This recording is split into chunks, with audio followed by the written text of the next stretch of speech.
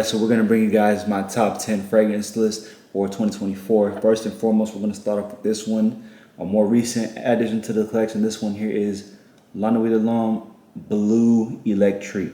Reason it finishes at 10 is because it's been discontinued, so it's very difficult for you to be able to get it and find it. Next one we have is this one here. This one is called Initio Rehab. So really think of a better version of the next fragrance I'm going to recommend, but honestly, it's a little bit more niche in terms of when you can wear it. It's really only a cold weather type of fragrance, and I live in Texas, and so in Texas, it's really hard for me to be able to wear it on a consistent basis. Next fragrance, it finishes early because it has a little bit more of a sentimental meaning. It's one of the earlier fragrances I got, and this one here is called Viktor and Rolf Spice Bomb Extreme. Okay, so Spice Bomb Extreme is more of a spicier, kind of more of a chocolatey version of the previous fragrance I listed.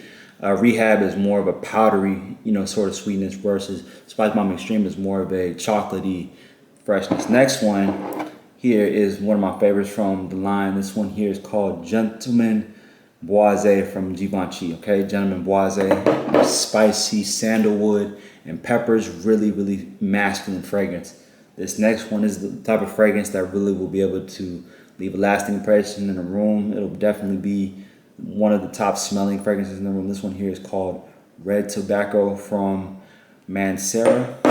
Now this next one is the one from Prada, and there are many blue fragrances like it, but honestly this is one of my favorite ones just for the uniqueness of the smell. This one here is called Prada Luna Rossa Ocean. Prada Luna Rossa Ocean.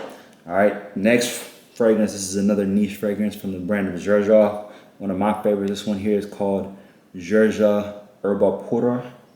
Alright, this next one is my favorite one from YSL probably. This one, it still takes the cake. There's a newer version out of it, but I think, honestly, this one's still going to be my favorite, definitely because of the compliment pulling factor. This one is YSL Y Le Parfum. And there's a reason I got the 6.7 ounce bottle of it, is because it's one of the top compliment getters. It's definitely one of the smoothest fragrances I own in my collection, and one of the ones I keep finding myself going back to and spraying. This one's an all-purpose type of fragrance too. You could wear it really, to me, any season, any occasion.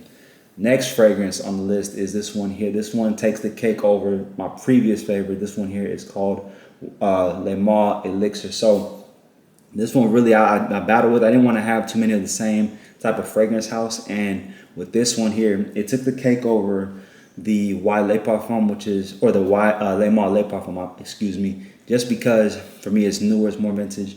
Le Male Le Parfum definitely is probably, it would be number 2, honestly.